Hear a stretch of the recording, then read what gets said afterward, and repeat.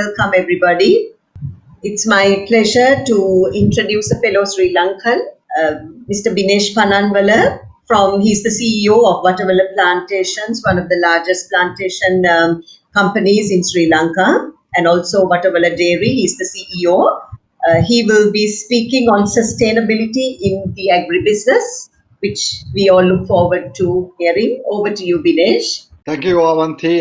It's indeed a great pleasure to participate and be a speaker at the 47th ARTDO International Conference. I think it's a kind of a timely topic that we are talking about it, which is basically we are talking about rejuvenating, reinventing, and resilience. The time which is when it comes to the resilience, I think the entire world is going through that resilience process, how to be resilient in this kind of a changing environment, the damaging environment, which need to be kind of looked at.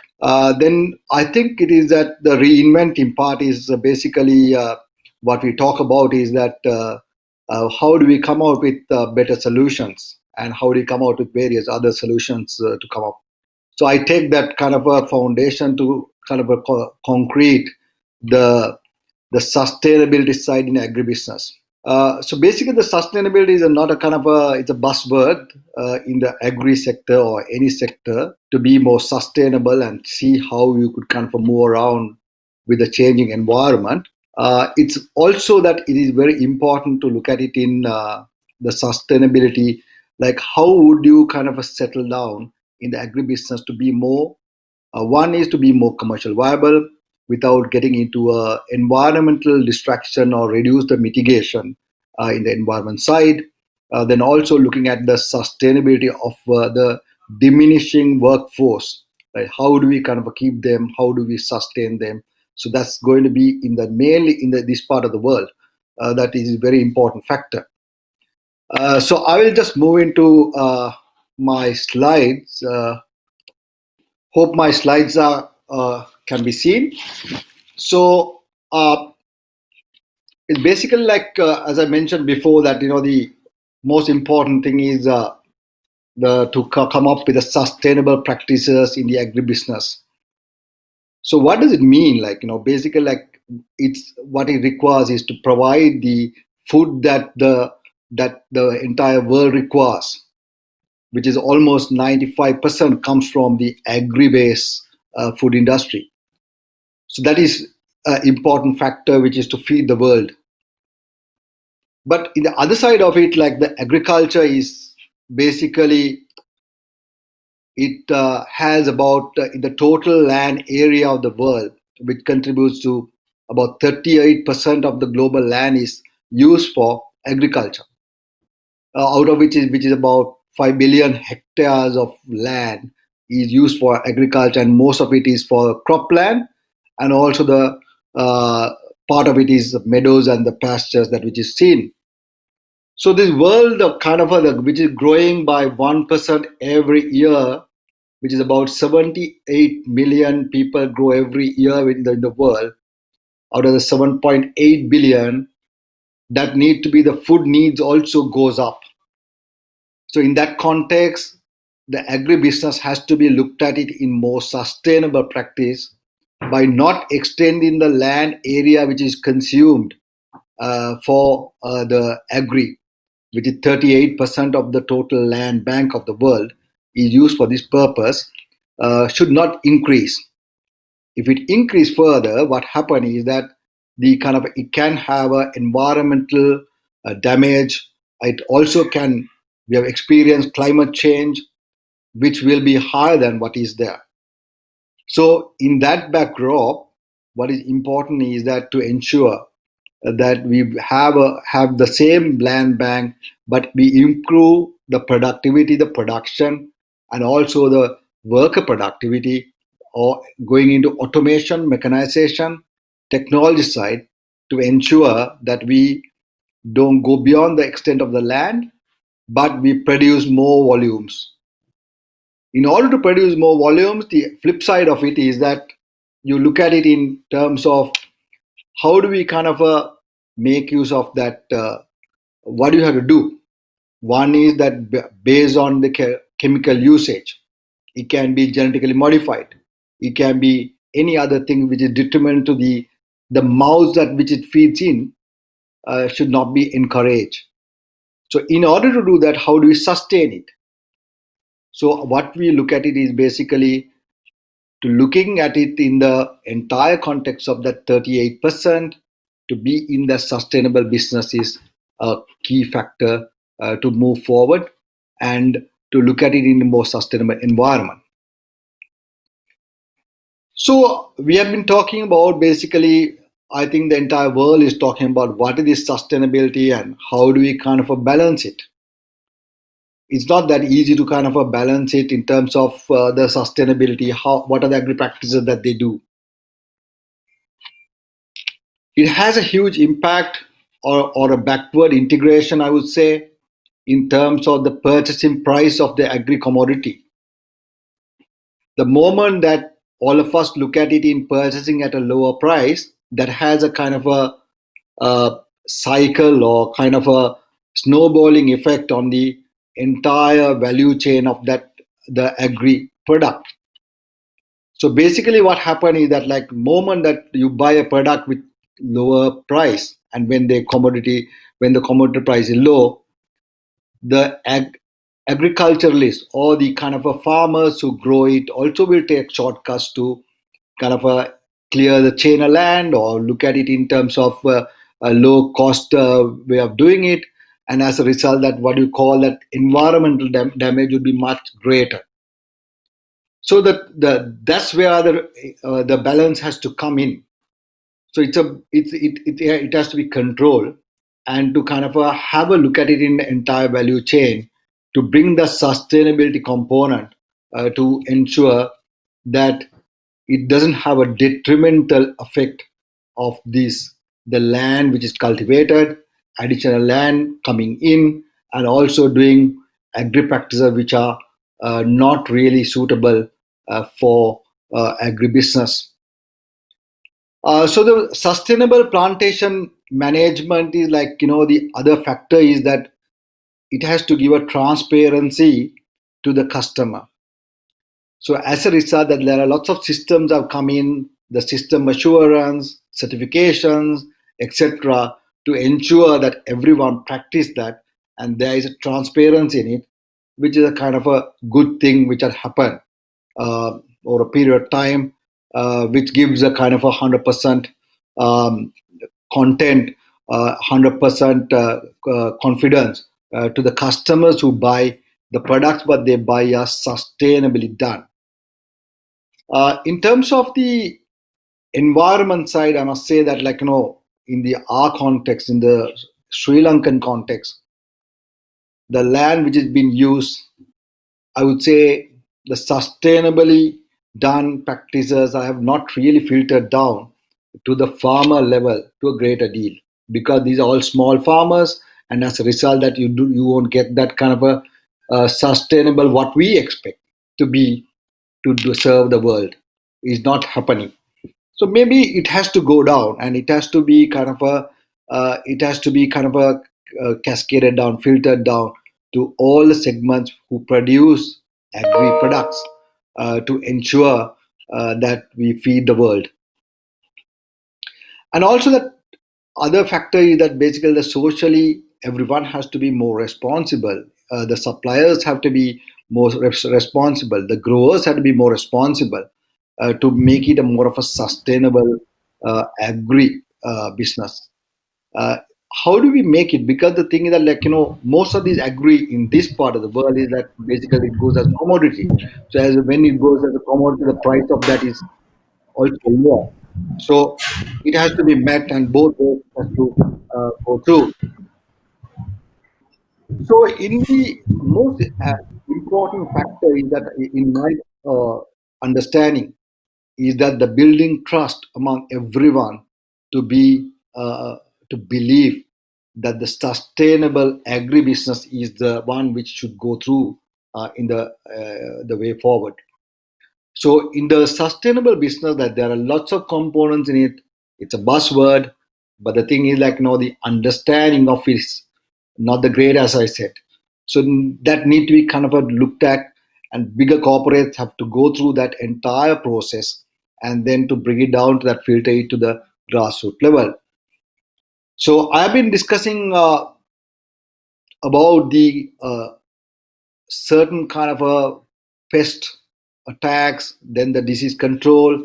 All these need to be more of integrated pest management, because the thing is that we need to feed the world. We need to ensure that it doesn't kind of go one side. Sometimes when it is not integrated pest management or disease control, what happens is that it is one-sided, the crops will lose, and as a result that you need a larger area to do cultivation to get the quantity what is required. So the belief in commercial plantation build resilient agribusiness is always revolves around the sustainability. Earlier in the past, maybe early 90s, that people thought the first is the cultivation, first is the plantations, then thereafter the sustainability. But now the startups are the other way. It has to be first the sustainability, how it would kind of have an impact on the world and the country. Then thereafter that you need to build that bricks on it to come up with the plantation or the small farmer model or things like that. So that to do that, the trust, the belief in the sustainable agriculture is a must a component especially at the small scale. I know the corporates they are gaga about it. They know what to do. They have done a lot of things. But the thing is that we should understand that most of these things have to come from the small farmers, because it's about almost about 60-70% of the world's production comes from these small businesses or small farmers.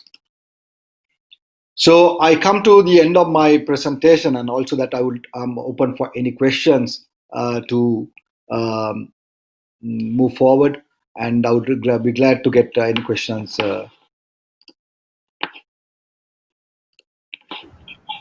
Thank you, Binesh, for the very informative, I must say, um information that we understood on food security and feeding the world as such.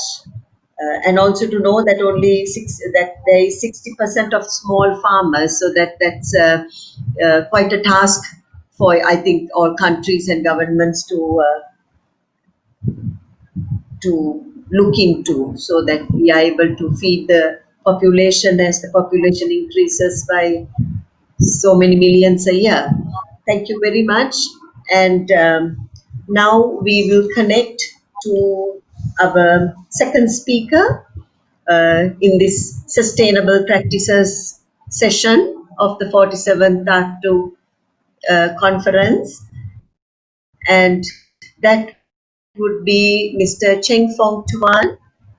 He's the Director of HR and General Affairs of Samsung Malaysia Electronics. And he will be speaking on balancing employee wellness with corporate well-being in the context of a pandemic, the Samsung story. Over to you, Mr. Cheng.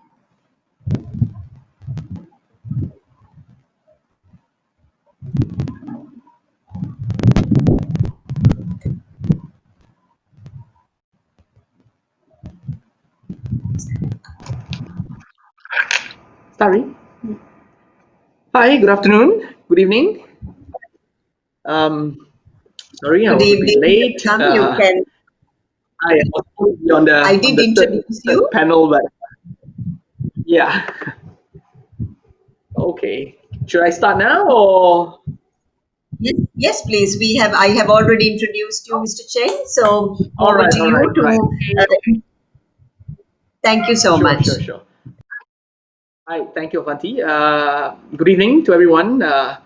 I'm honored and privileged to be here today to share with you some of the learnings and challenges that we have faced and currently are facing and potentially will be facing going forward due to the pandemic, and as well is still ongoing in many countries, I presume, and certainly is continue to rage in Malaysia as well.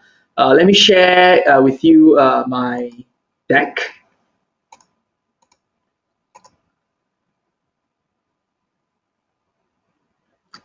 Okay.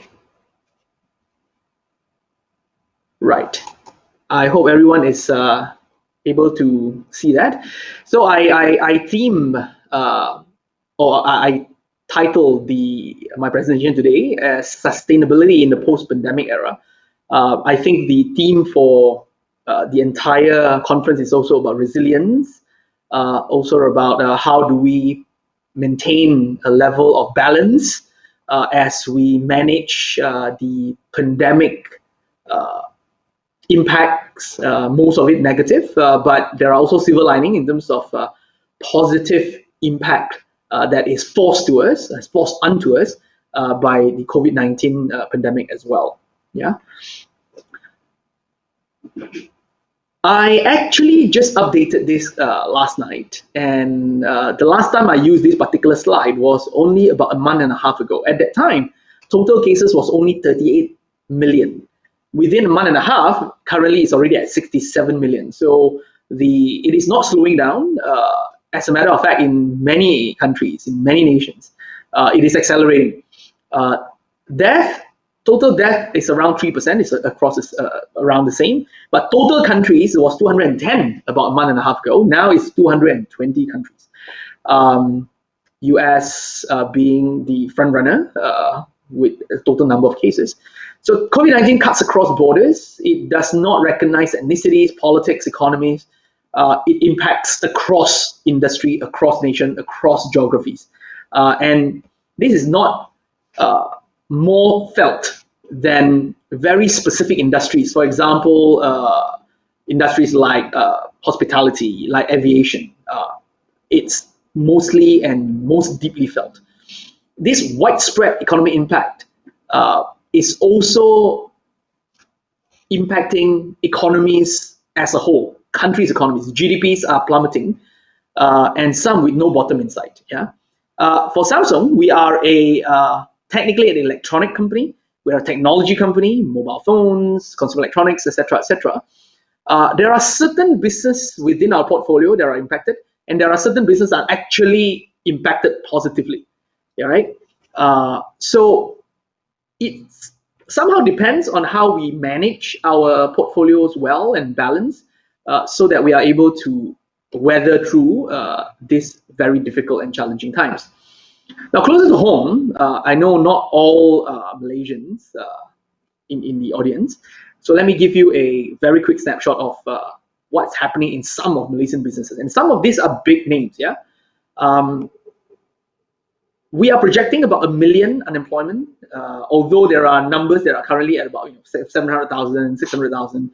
But as a practitioner, as a HR practitioner, we have been freezing and frozen our recruitment for the last 6 months. We do not see ourselves to grow very aggressively next year as well. And there are so many colleagues of mine out there who are HR directors, who are CEOs, that have been forced to reduce headcount. So unemployment this is a very prudent number, 1 million by the end of this year. You can see Asia and some of these are big conglomerates, big businesses, and by and large, the majority of businesses are impacted negatively. Businesses are not spared as well, regardless of what industries you're in. There will be some impact. The pandemic's effect on businesses obviously are far-reaching, and I just bring your attention into 6 specific areas. Yeah, strategy, customers, workforce, operations, technology, and finance. From a strategy perspective, is reinvention and rejuvenation becomes the strategy, no longer growth. Not even, we are saying not even flat is the new growth. We are saying the minimization of the negative growth becomes the new growth. So that's the strategy, defense strategy rather than an attacking strategy. So that is very clear even in our businesses.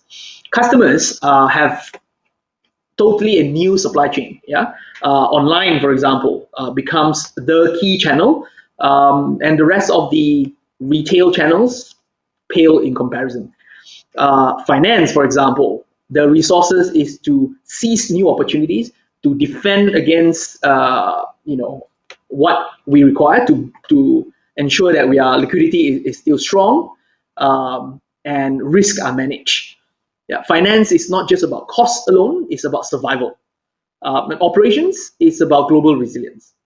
ensuring that our supply chain is more spread out. It is not focused. Imagine if your supply chain is only one line, only a mono line. The moment that mono line is affected because of a shutdown or lockdown by a country, etc., your entire operations, your entire supply chain of product will be affected. So that is key as well. I want to bring you to workforce. I think workforce is what I want to focus on a little bit more when it comes to sustainability. Is we need to pair people now with opportunity and well-being. Well-being is not just financial well-being, but health, specifically health, safety. Yeah. Previously, workforce is about productivity. Now it is less about productivity, more about sustaining well-being so that people are being kept safe and yet able to maintain an acceptable level of productivity. No longer we are talking about accelerating productivity, maximizing productivity. At the cost of what? At the cost of lives, at the cost of well-being, at the cost of health. So all these need to be balanced. Yeah. Now there are risks that come with all these new normal. New normal now, I call it. It's not a new normal. I think it's the new abnormal. All these risks, I won't belabor the point. There are many risks and there are many mitigating actions that have been taken by many organizations, including ours. I would like to spend a bit more time talking about those actions that we have taken so that I can give a bit more context. But in this slide, I probably take one point. There is every time when we have to, because of the need to have physical distancing and so on, people are actually working from home a lot more. Well, work-life balance was a main thing. Diversity inclusion, particularly when it comes to work-life balance, was a key focus. Now everyone has work-life balance supposedly, but lo and behold, because of everyone is working from home and disconnected physically, we feel that there is a need to reconnect and connect virtually, perpetually. We are perpetually reconnected. And because of this perpetuity of connection, that's when burnout happens, and that's when mental health and mental well-being becomes absolutely critical, front and center of what we are worried and most concerned about. Yeah. To handle these risks, people initiatives obviously must be sustainable and humanizing. Sustainability alone is insufficient. It needs to be humanizing. Because of technology, and we use a lot more technology now, even now I'm using this technology, right? I feel that I'm actually talking straight on to a blank wall. I'm not able to interact organically, but there is no two ways about it. We need to do this. But because of these, initiatives need to be humanizing as well. We need to think that the human element is as important, if not more important. So there are 4 areas here that Samsung has specifically taken to tasks in terms of what we need to do to ensure that it's sustainable and humanizing at the same time. One is our strong emphasis on employee well-being. Number 2, we adopt a flexi work arrangement. So this flexi is not flexi according to what we need, according to what the company thinks is flexi, but according to what flexi is defined by our staff. Thirdly, is productivity through remote connectivity. This is where collaboration is important, and that collaboration needs to be balanced with enough genuine authenticity in interaction, not just having a Zoom call or an Annie call or whatever it is. This productivity needs to be balanced, yeah, with personal connectivity. And the last one is self-directed learning. The learning is important to us, blended learning, where because learning opportunity is a lot less now, you have no face-to-face, you have no mentoring, coaching sessions, and so on and so forth, because obviously those need to be done on a face-to-face organically. It is very different trying to do leadership development or pushing a specific learning agenda when you are not able to interact. Although we can say, e-learning is all there, and you can go to Harvard Publishing, you can go to all webinars like this, but it is very, very different. Able to interact with someone and able to ask questions and immediately get and a response, and looking at their body language and so on and so forth, the tone of their voice and so on. So that is what we are missing, yeah, so far. Our response to the pandemic so far, even until now and for the foreseeable future, is one of sustainability, of vigilance, but not paranoid. Yeah, not fear. We do everything that we have done not because we fear this will happen, but because it's a sustainable way of doing business. It's vigilant, not paranoia. That's why we have our philosophy is protect the well-being of our people, protect their livelihoods, and once we can protect their livelihoods and their well-being, they will protect the continuity of our business. So as you can see on the left, we do cost optimization, but we do not optimize jobs, which means we do not cut jobs. So far, we have not cut even a single job. We have not removed any jobs. We have restructured jobs because new jobs are coming into the picture, new jobs that didn't exist before. We have to restructure them. We realign our bonuses. We did not cut our bonuses. As a matter of fact, we pay more bonuses than last year because we believe that if we are able to protect the well-being and the livelihood of our people, they will return commensuratingly in terms of effort, in terms of passion, in terms of focus. Yeah. So this is our 3 Ps. Yeah. Protect, protect, protect. But always begin from protecting the individual. And once we protect the individual, they will in turn protect the business at the end. And that is what we think is a sustainable way to ensure that we are able to balance the need for the business to survive, yet for the business to survive, our people need to survive first. The 3 Ps comes to life through very specific interventions. Now, I won't go through all of them, but there are 3. So well-being, livelihood, and business. Within it, physical well-being, psychological well-being, as well as mental well-being. All 3 well-being areas are taken care of with specific interventions that we have put in place. From a livelihood perspective, people need to understand that the new normal requires a new mindset, and they need to learn new skills, and therefore they need to be ready to take on new jobs because old jobs are becoming obsolete now. New jobs are coming into picture. For example, e-commerce, data analytics, engaging people online. We have new role like COVID-19 advisors or flu managers that obviously didn't exist before, but now it does. So take it as an opportunity to learn new things and take on new roles that probably are a bit unorthodox, but something that will be the new normal anyway. From a business perspective, obviously enabling remote so that the business can continue to run, and ensuring that whatever that is being remotely enabled need to be secured. A lot of data is being transferred every day in every channel, and all of that need to be secured because data security and information security is paramount in our business. Home office need to be equipped so that people are able to have a conducive environment where they can actually optimize their productivity. And finally is we need to avail platforms for all our staff and for our customers to ensure that they are not left behind. One of the key issues with or key risk that's happening now is there is a distinct divide between the have and have-nots digitally. I call them the digital haves and the digital have-nots. Structure is equally distributed or equally accessible to everyone. Our job is to ensure that everyone has an equal opportunity or equal access to platforms and infrastructure, that they are not disadvantaged because of background, because of geography, because of accessibility. They are able to compete still. So this is one key thing about sustainability, that even the vulnerables are taken care of as well. The result of this is the rebound. In May 2020, that's when Malaysia just got out from our movement control order, which is our version of lockdown, total lockdown.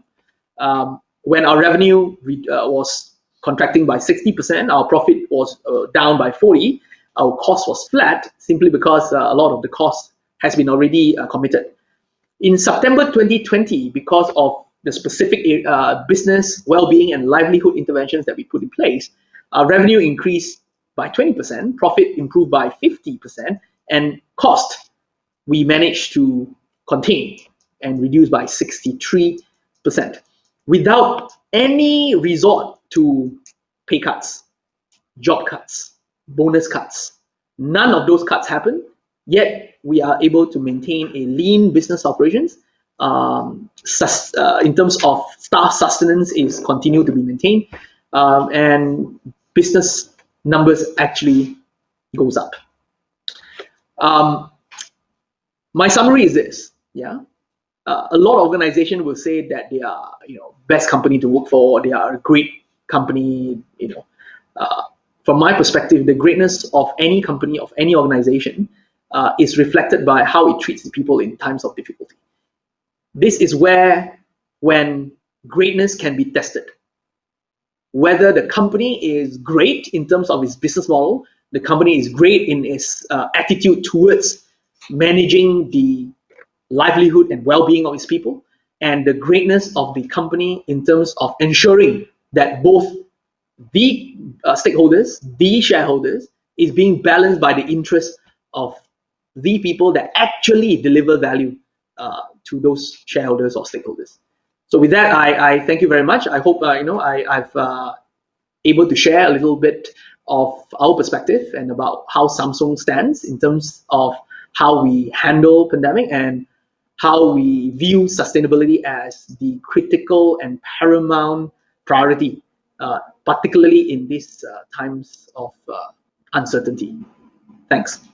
Thank you very much, Mr. Cheng. That was very, very informative and very nice to know about the human aspect, how Samsung is looking at things from the human aspect and not doing any pay cuts and even paying bonus during a time like this and sustaining the jobs of the people, because in our part of the world, people are fighting very hard to hold on to work as it is, because this is the new web normal. I wouldn't call it new normal. Thank you so much. I picked up something new from you to call it the new web normal. And what really touched me was when you said the greatness depends on the attitude of the company, on how it treats its people during difficult times. That surely does speak volumes, I must say.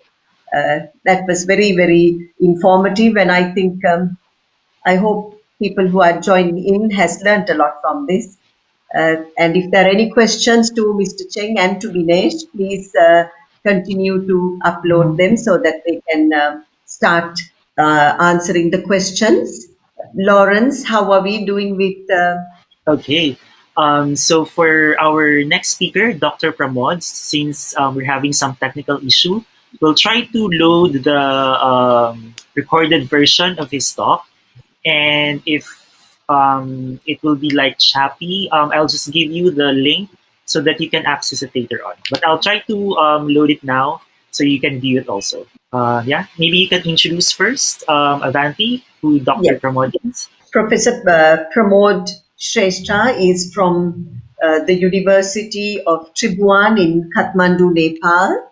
And his topic for this evening, for today's session, is building resilient ecosystem in innovation, sustainable development, and ownership. We are sorry that he is not able to connect with us, but we will go through his presentation now. Okay, let me just open it. Can you see this the video, Avanti? Yes, we can. Yes. Okay, I'll play it now. Greetings from Nepal. I'm Professor Pramod Shrestha. I'm honored to be participating in this 47th ARTDO World Conference on Rejuvenate, Reinvent, and Be Resilient in preparing for 2021. It's a very important theme, especially during this disruption. I call COVID-19 as a disruption, not just in the medical area, but also socially, culturally, psychologically. My title of our presentation today is Building Resilient Ecosystem and we are dealing with innovation, sustainable development, and ownership. Now, before I start my presentation, generally I question myself, what does it mean to us to manage effectively and efficiently in such a world of disruptive changes, which I think is one of our greatest challenges. Not just because of COVID-19, but because of all these disruptions we see in the technological front, in the social front, and the economic front. In my presentation today, I will try to anchor, explore, and extend the meaning associated with the concept of disruptive innovation, sustainable development, and resilience. And the aim is to build an effective and efficient, resilient ecosystem that is based on learning. In particular, I will discuss some fundamentals of creating a resilient ecosystem based on 4Ps, that is, people, planning, performance, and process. In doing so, my intention is to open up this important agenda for dialogue and discussion. There are about 5 themes that I will talk. I'll look at the Industrial Revolution IR 4.0 and the concept of disruption. We will see how we have moved from IR 1.0 to 4.0. Then I'll talk briefly about the 4Ps related to the innovation space. The 4Ps related to innovation space is people, process, product, and position. Then I'll come up and then talk about the different 4Ps, similar and different 4Ps, which I think is the foundation of creating a resilient ecosystem that is based on innovation, sustainable development, and ownership. The fourth area that I would cover briefly would be the triple I, which I call it idea, investment, and innovation challenge. And these are the responses to building a resilient ecosystem. The last theme would be my 3R strategy model. The 3R is response, reset, and rebound, especially in tackling the disruption that are caused by COVID-19. Now, when you look at the evolution of the Industrial Revolution, the dates are 1784. We talked about Industrial Revolution 1, which was based on mechanization, steam power, and the primary driver was the weaving loom. The second industrial revolution, the dates are about 1870. So you see a lag of around a gap of around 100 years, which we call Industry Revolution 2.0, which was based on the mass production assembly line. The third, 1969, again based on automation computer, the start of computing and electronics. Today, we're talking about Industrial Revolution 4, which is based on a very disruptive technological innovation. So now we talk about cyber, physical system, we talk about the Internet of Things, we talk about robotics, we talk about network. Now, we don't know when Industrial Revolution 5.0 will come, but there are many countries who are now working on it, especially in Japan, Germany. We are now talking about what will be the driver for Industrial Revolution 5.0. And my guess is they're not just looking at technological innovation, they will also be looking at social innovation. So it's not just to contact, it is to connect also. So that will be also a primary focus for Industrial Revolution 5. That is my thinking. Now, let's look at briefly about this concept of disruption, which I think, in my opinion, COVID-19 is also a disruption, both in the medical area and now more so in the social area. Now, when we talk about in this computing age, when we talk about disruption, generally we talk about connectivity. In the normal system, we talk about connectivity. We've got the internet, but then in a disrupted ecosystem, we should also be interested in interactivity and integration. So, while coming up in managing in this disruption, we have to move beyond connectivity to interactivity, increasing the social bandwidth, the knowledge bandwidth, our activity bandwidth with connection, with contact, and then our cultural bandwidth among people, organizations, and communities. Now let's look at the 4 P's of the innovation space.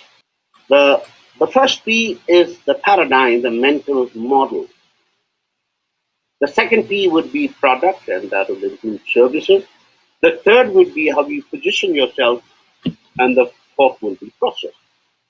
Now, if you look at the continuum, you could aim for an incremental movement or a radical movement.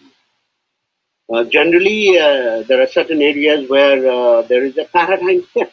There are certain areas in the process where it is radical changes. But then, the concept of incremental changes, incremental movement are also important. So it's nice to look at these 4 P's of the innovation space. Now, this is my 4 P's, which I think is the foundation of creating a resilient ecosystem. Ecosystem that is based on innovation, sustainable development, and ownership. The reason I call it ecosystem is the system that we are trying to build today are not unidisciplinary.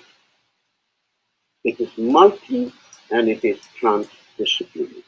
Like when you talk about engineering, it's not just the engineering lens that you look at.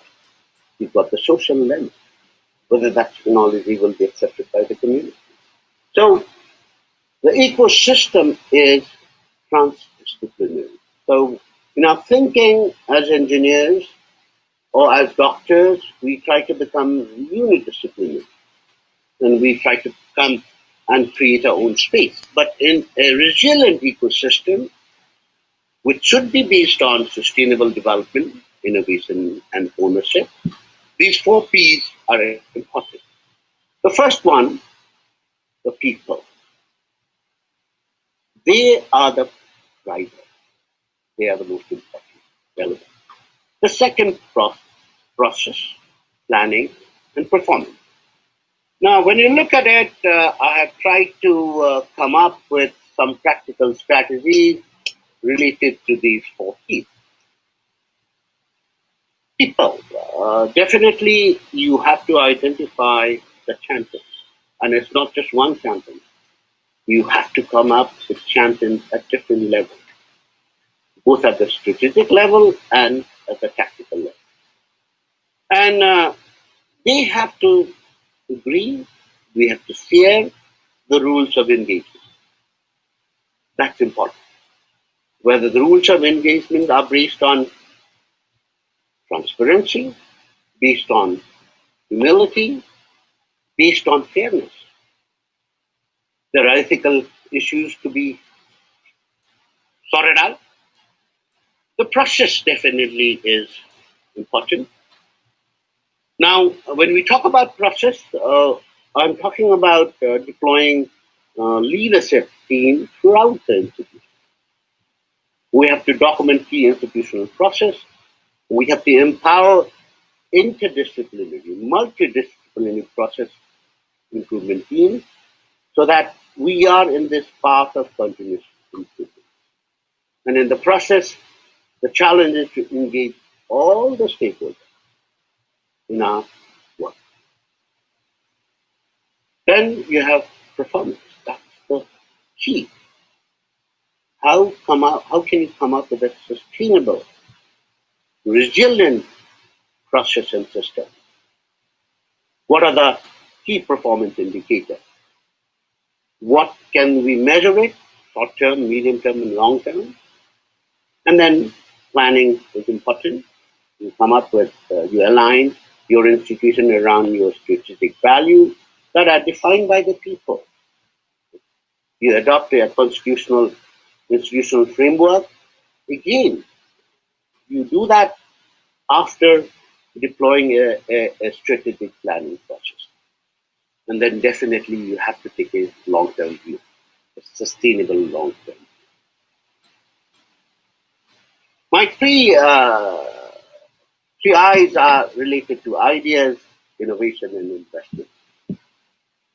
Start with ideas, innovation, and then we need investment in the people, in the society. The why, and why model of this new model is, first is, because I said it has to be based on learning. So we have to come up with what of the learning, the recognition network. Then how of the learning, the strategic network, and the why of the learning, the effective network. So we have to debate and discuss, adopt, anchor these type of methods. Now, this is my 3R strategy, basically related to COVID-19. The 3Rs are respond, reset, and rebound. Respond are immediate action to mitigate losses during COVID-19, both economically and socially. So we will, at this stage, we would we'll focus on mitigating immediate disruption due to disaster. So this could take about 6 to 18 months. We are in Nepal, we are right in the middle, 9 months. The second domain is reset. After respond, we have to reset and we have to concentrate on initiatives aimed at recovering. And reset is required to return to new normal. So at least after that, 6 to 12 months is the reset button. The third button, which is the most important button, if you want to look at resilience, is let us learn from this disruption and let's look at bounce back better past the reset button. It is to rebuild the growth pipeline to accelerate our progress story. And that will take maybe around 12 to 24 months. When we're talking about establishing a resilient ecosystem, we have to set our questions. Our questions should be right. And the questions are, how will the concept of building a resilient ecosystem based on innovation, sustainable development be transferred into the future based on the changing definition of need? Our needs are changing. And the need is my need and our need. That's a community need. It's not just my need. It's not just my need, but our need. We also have to concentrate on our need. Now, the new reality in 2021, is it temporary? I don't think so. It is temporary. The world has changed and will continue to change. There's no way to go back. All models and methods of doing business have been superseded. Is it minor? No. There is a paradigm shift, a new whole way of thinking and understanding. The game has changed and the power of balance has moved. Lastly, what I like is there is an inscription on the Berlin Wall. They say, you can't change the world, but you can change the facts. When you change the facts, you change the point of view. And when you change the point of view, you change the world. Generally, in our part of the world, we feel that we are alone. What can I do? I'm alone. But your job as an individual is to change the facts. And when you change the facts, you will change the point of view of people, of the community. And when you change the point of view, you can change the world. Lastly, there is a quotation from Albert Einstein, who wrote this wonderful message to his son Edward in February 6, 1930. He said, I quote, life is riding a bicycle. To keep your balance, you have to moving. Unquote. So the question here is to keep our balance. This is the philosophy of the Buddhists, that we try to find out to keep our balance, to find the middle way. So our job is to keep our balance between how do you protect the world environmentally and how do you progress. So the key is to keep our balance, but then we have to keep moving. Thank you very much.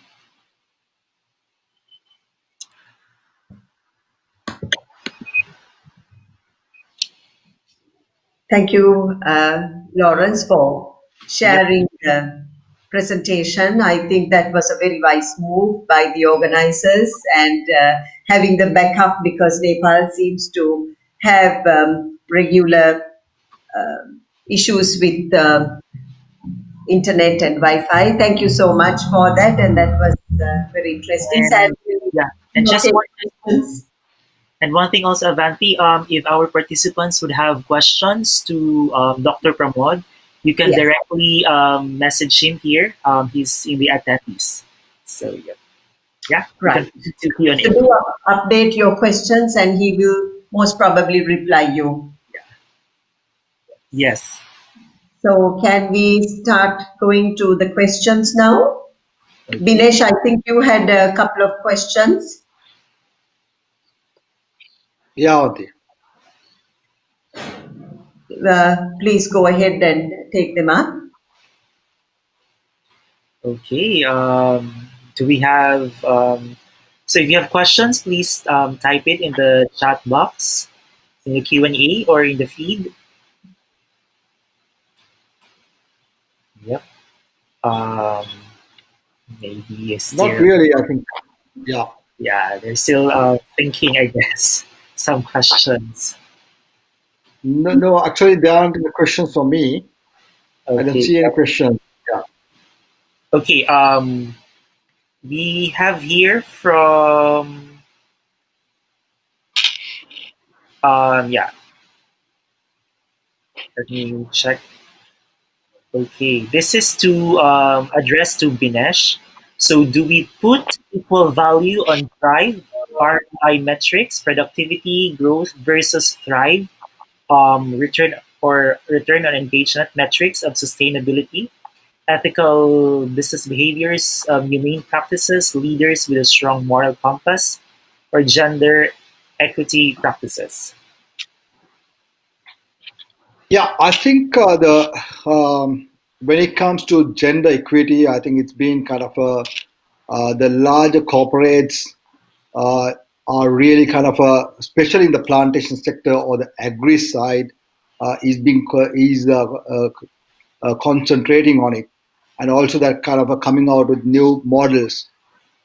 Because the issue is like the unlike in the uh, urban sector, in the plantations are more remote, maybe in remote areas of the country. It can be any country, but basically that's how it is. So the thing is that the gender base, the kind of equality can be an issue. But however, I think there are improvements. But I don't say that like there is huge improvement. But the corporates, most of the larger companies are practicing it, and also that kind of when it comes to the equal wage, and also that kind of when it comes to the workload, it has been kind of a balance it off now. And in the if you look at it predominantly in the plantation sector in the South Asia, you don't see much of plantation managers are from the what do you call um, there is no gender equality or the balance, because the thing is all is dominated by the male. So if you look at the especially the tea industry, all managers, the superintendents, everyone is like that. So this has been changed, but I don't see some of the sectors are like still is continuing on the same lines. But it's been kind of looked at in a more of a holistic picture to come out with better solutions and to get that best productivity. And in the current context, I think in the um, under this COVID situation, I think things have been kind of much better than before. That's what I can say. Binesh, couple of more questions to you. How should green economy be developed to allow for a globally sustainable pro-ecological economic development? Yeah, I think the green economy is like, as I mentioned before, like, the first of all we need to look at it that the world's population grows by kind of a 1% every year, which is like, the current population of 7.8 billion will grow in time to come.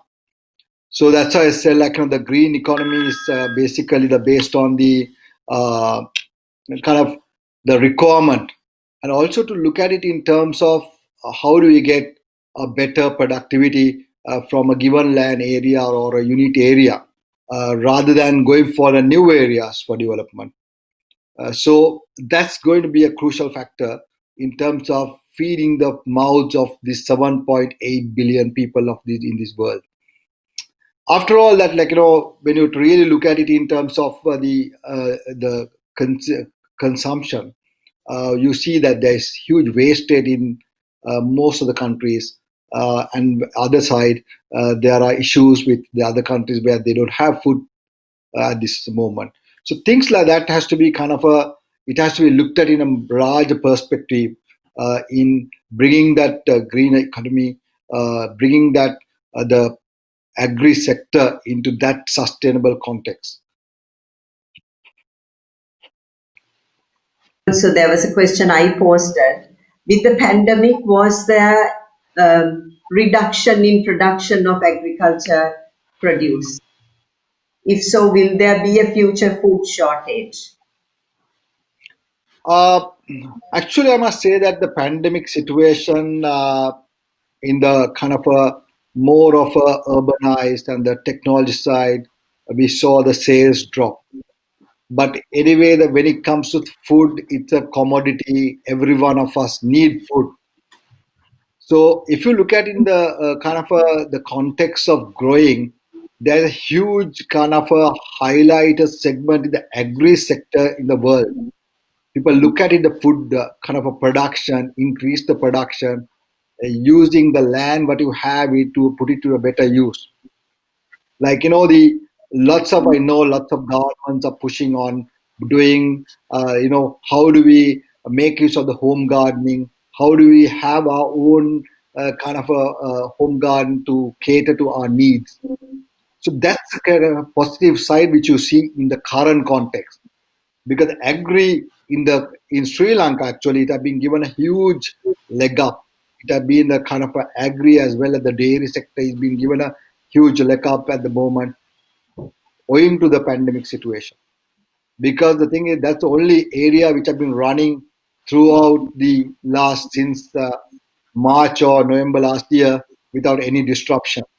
If you look at the plantation industry, it has been kind of a running it at, and also that auctions have been functioning. We managed to go into the kind of digital auctioning system from the outright system. So things have changed, and I think that that's a more of a positive change what we see. And also that, I must highlight the fact that the agri business, a more sustainable agri business, has a huge potential in this situation. So maybe we've taken something from the Samsung story where new skills and new innovations and ideas have been used in the agriculture industry, especially in Sri Lanka, and I'm sure maybe the world over. Okay, let me just read this also from Dr. Pramod. This is for Mr. Chen. So, excellent and insightful practical presentation about the rebound of Samsung by Mr. Chen. So his question is that the situation of Samsung globally, Mr. Chen? You're muted. Ah, okay. Yeah, sorry. Thank you, Dr. Pramod, for the question. It is indeed a philosophy that is consistent and a standard for Samsung globally, the protecting the well-being and livelihood as well as the business. But obviously, the impact is not the same country by country. So there are certain countries, because all of us have different contexts. For example, we have Samsung in the Philippines as well. We have Samsung in Indonesia as well. We have Samsung in India as well. Obviously, the respond would be different in different countries, but by and large, the principle that we use is exactly the same. Yeah, impact on the business is different, but how we tackle the well-being of our people and the sustainable practices is exactly the same everywhere. This is actually a steer driven down from our headquarters in Korea about how we need to handle the pandemic. Technically, our thinking is this: the pandemic is going to be temporary. Maybe it's prolonged temporary, but nevertheless, it's still a temporal situation. We need to be prepared and ready when the situation rebounds. We are able to take advantage over our competitors, as well as to ensure that our people are most prepared and equipped to run and hit the ground running when situation becomes better. For example, vaccine is supposed to be available next quarter one, quarter two, 2021. Now, we need to be careful when we say vaccines is available. It is not available to everyone at the same time, so it is still going to be a long time. Not everyone has equal access to the vaccine. So we envision that the entire 2021, maybe even going into 2022, we will still be needing to handle this pandemic or post-pandemic syndrome very, very carefully. Okay, I hope Dr. Pramod, Mr. Chan was able to answer your question. Okay, another follow-up question, Mr. Chan. What about the profit globally for Samsung during this period? Is Malaysia an exception?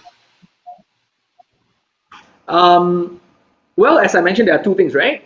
From a revenue perspective, we are behind target. Okay. Yeah. This is obviously when we put the target last year, no one anticipated COVID-19 effect. Obviously, when that hit across the countries, for example, in the US or in the UK or even Europe or in China, that's when it first hit. The impact was a lot more pronounced. Now, when it hit Southeast Asia or the rest of the world, we were a bit more prepared, not fully prepared, but a little bit more prepared. So Malaysia is probably rather fortunate. We are able to rebound a bit quicker. But there are our colleagues in other markets a bit different. But but globally across the board, yes, our profit rebound a bit more positively compared to our sales. Sales is we are still behind as expected, but we were a lot more vigilant in terms of cost management, a lot more vigilant in terms of optimizing processes to make sure that it's a lot more streamlined, a lot more effective, a lot more efficient. Therefore, we are able to deliver more value. That's why profit rebound is a lot more pronounced globally across the board. Okay, thank you, Mr. Chen. Avanti, I think we don't have any more questions here. So, Yes, there doesn't seem to be any more questions, so maybe we can wind up, or shall we give a few more minutes, maybe a minute for anyone on the room around the table to ask questions? There is a case study mentioned by Maria. Yes, thanks, Rita, for that. I think she's referring to a case study on landmine clearance team composition in a POPO Hero Rex program in Cambodia. Very male-dominated industry, and within 3 years, gender balance 40% female to 60% male. So that's interesting.